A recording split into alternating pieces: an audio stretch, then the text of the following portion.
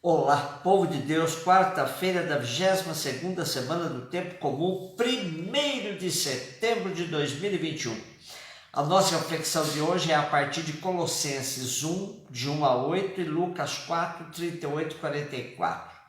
Paulo, apóstolo de Cristo Jesus, por vontade de Deus, e o irmão Timóteo, aos santos e fiéis irmãos em Cristo que estão em Colossos.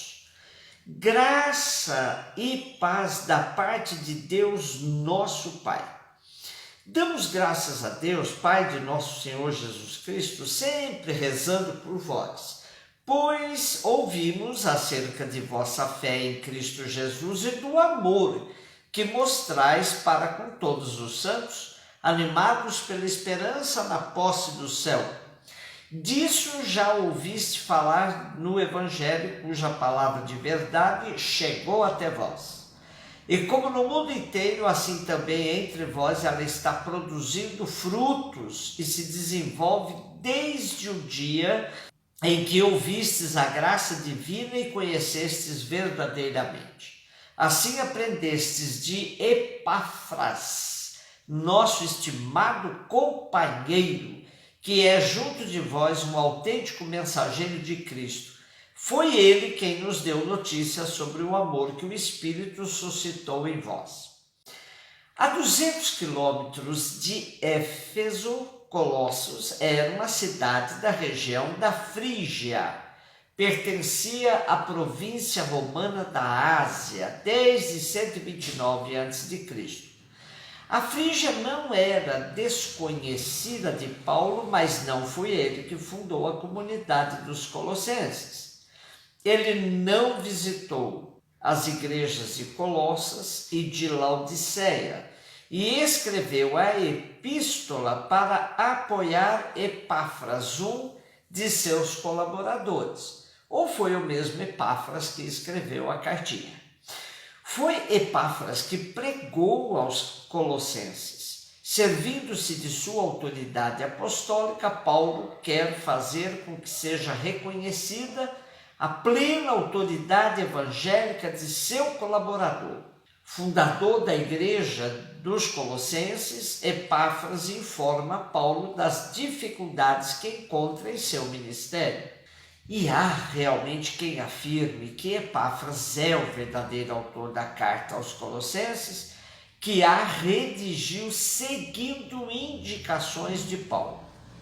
Um dos problemas da comunidade era deixar-se enganar por argumentos capciosos, discursos enganadores.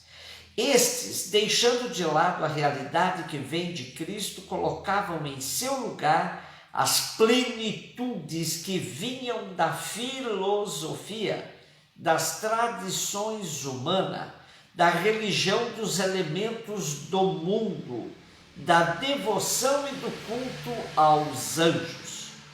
Paulo não podia ignorar tal situação de rebaixamento de Cristo e que prejudicava a comunhão fraterna, dividindo a comunidade com inúmeras distinções que eles faziam. Grego, judeu, circunciso, incircunciso, bárbaro, escravo, livre. No início da carta, o autor procura exaltar as qualidades dos colossenses que aderiram a Jesus Cristo e manifestam que aprenderam a viver no amor. Com essa introdução do nosso texto de hoje, o autor ganha a simpatia dos membros da comunidade e abre espaço para corrigir possíveis distorções que há entre eles. Lucas 4, 38 a 44. Jesus saiu da sinagoga e entrou na casa de Simão. A sogra de Simão estava sofrendo com febre alta e pediram a Jesus em favor dela. Inclinando-se sobre ela, Jesus ameaçou a febre e a febre a deixou.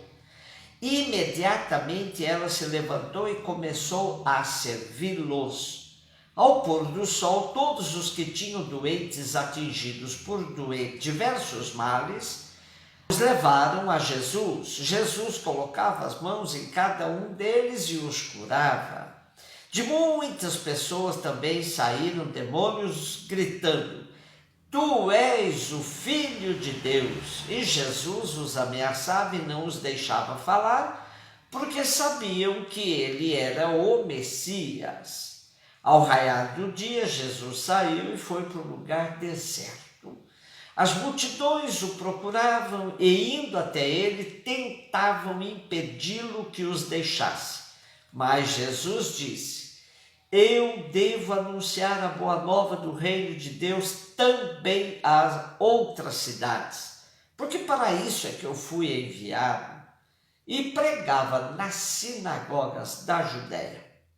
O relato da cura da sogra de Pedro é comum aos 3 evangelistas que a narram com suas peculiaridades. Em Marcos, a cura se dá por meio de um gesto simples de Jesus, que toma a sogra de Pedro pela mão e a levanta, o mesmo verbo usado para indicar ressurreição. Em Mateus disse que ele a tocou com a mão, mas a iniciativa de levantar-se foi dela.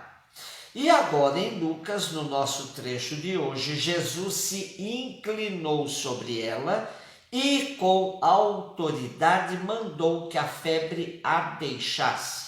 Fica claro que somente em Lucas a cena ganha contornos de exorcismo.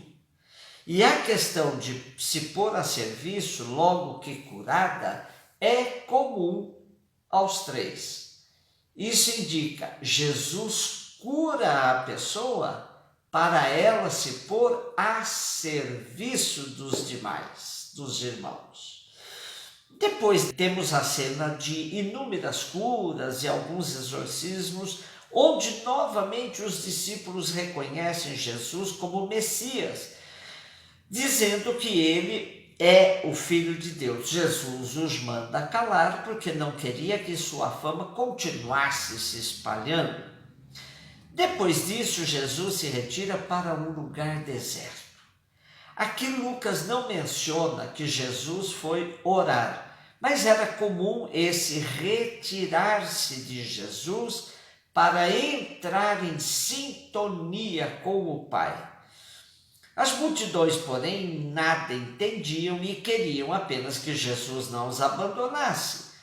Mas Jesus tinha clareza de sua missão e lhes diz que continuará seguindo o seu caminho, fazendo sua missão, pois para isso é que ele foi enviado.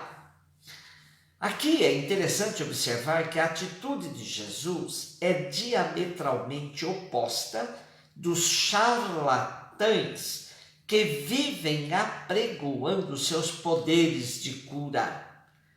Jesus não queria fama e nem buscava viver do sucesso de suas ações. Qualquer aproveitador ficaria junto dessas multidões, usufruindo das benesses que sua missão poderia lhe conferir.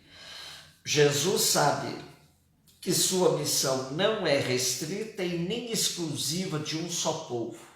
Por isso, continua seu caminho. Um beijo no seu coração.